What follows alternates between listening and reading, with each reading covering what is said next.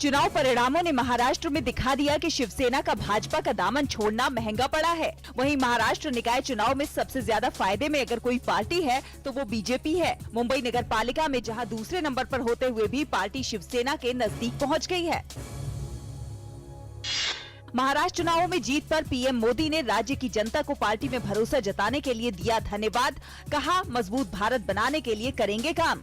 वित्त मंत्री अरुण जेटली ने कहा, बीजेपी बनी पूरे देश की पार्टी, कांग्रेस चुका रही है विमुद्रीकरण के विरोध और भ्रष्टाचार में लिप्त होने का खामियाजा।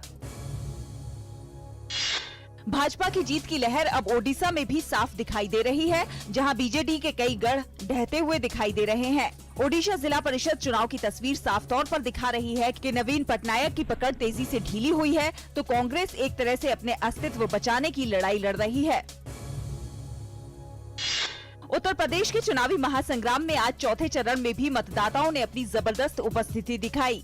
नजरें विशेषकर बुंदेलखंड इलाके पर थीं, जहां विकास के लिए सरकारी पैकेजों की खूब चर्चा रही है। 12 जिलों की 53 सीटों पर महोबा में छिटपुट घटनाओं को छोड़कर वोटिंग शांतिपूर्ण रही, जहां मतदान प्रतिशत करीब 62% रहा। पीएम मोदी आज बहराइच और बस्ती में जनता से रूबरू हुए, तो यूपी के मैदान में राजनाथ सिंह, वेंकैया नायडू और अमित शाह जैसे बड़े नामों ने भी चुनावी रैलियों को संबोधित किया। कांग्रेस के राहुल गांधी और सपा के अखिलेश भी पीछे नहीं थे। वहीं मायावती भी अपने जबरदस्त चुनावी तेवर में जनता के बीच थीं।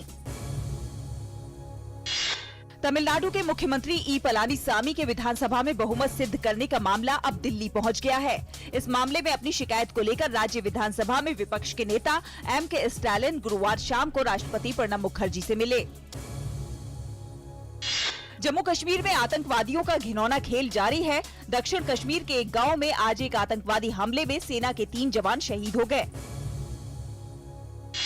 दिल्ली के इंडिया इस्लामिक कल्चरल सेंटर में आज केंद्रीय अल्पसंख्यक और संसदीय कार्य राज्य मंत्री मुख्तार अब्बास नकवी ने यूनानी चिकित्सा क्षेत्र में बेहतर प्रदर्शन करने वाले 16 लोगों को हकीम अजमल खान ग्लोबल अवार्ड 2016 प्रदान किए। पंजाब और हरियाणा के बीच दशकों पुराने सतलुज यमुना लिंक कैनाल के मसले पर सुप्रीम कोर्ट ने सुनवाई पर किसी भी प्रकार की रियायत देने से इनकार करते हुए 2 मार्च से सुनवाई की बात कही है।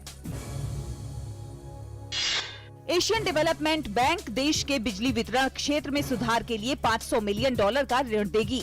इससे देश के उत्तरी और दक्षिणी ग्रिडों के ट्रांसमिशन नेटवर्क को बेहतर बनाने के साथ ही देश के नवीकरणीय ऊर्जा को भी इंटीग्रेट करने में मदद मिलेगी। सिक्किम उदय योजना में शामिल होने वाला 22वां राज्य बना। इससे राज्य के बिजली वितरण विभाग की परिचालन क्षमता में भी सुधार होगा।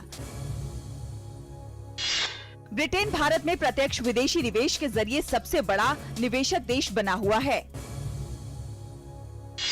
पाकिस्तान के लाहौर में डिफेंस इलाके के एक रेस्तरां में धमाका हुआ है, जिसमें 7 लोगों की मौत और 20 लोग घायल हो गए हैं। पुणे टेस्ट में गेंदबाजों के दम पर भारत मजबूत। पहले दिन का खेल खत्म होने तक ऑस्ट्रेलिया ने 9 विकेट खोकर बनाए 256 रन। उमेश यादव ने झटके 4 विकेट। 22 फरवरी से लेकर 28 फरवरी तक झारखंड और छत्तीसगढ़ के युवाओं का एक दल दिल्ली के भ्रमण पर है। युवा कार्यक्रम और खेल मंत्रालय के तहत ये 9वां आदिवासी युवा आदान प्रदान का कार्यक्रम है।